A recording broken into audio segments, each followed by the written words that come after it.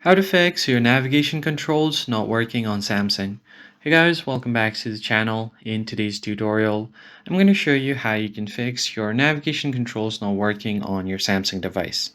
The very first thing you want to do here is go to your settings menu. Once you open up your settings, you want to go over to display and scroll down until you find navigation bar. Tap on it and you can try to change your navigation gestures. So I'm currently using swipe gestures. That means I can swipe up to go to my home screen, swipe up and hold for recent apps, and then go swipe from the left or right side of the edge to go back.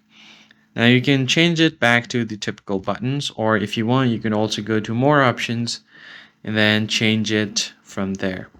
And if you go over to swipe gestures, you might have a third option for your navigation gestures. Scroll down here and you can change your gesture sensitivity. It might be a lower sensitivity, so you might want to increase it to the higher bits. So I'll just leave it there, and you can turn on the gesture hint to get this bar at the bottom. So if I turn it off, the bar will disappear, and if I turn it back again, the bar will reappear again.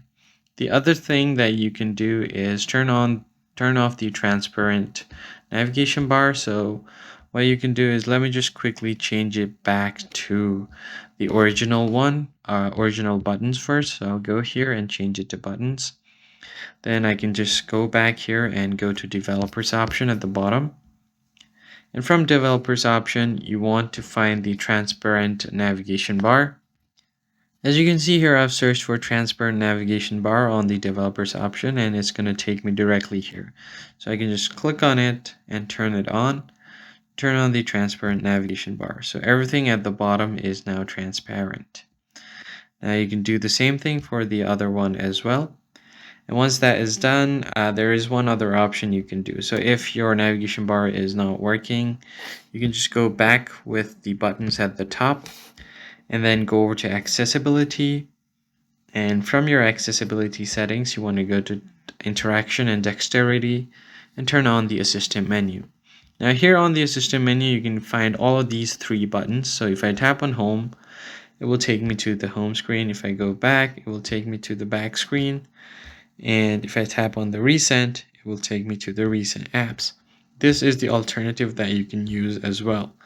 That's basically it, guys. If you found the tutorial helpful, hit the like button down below, subscribe to the channel, and I'll catch you in the next one.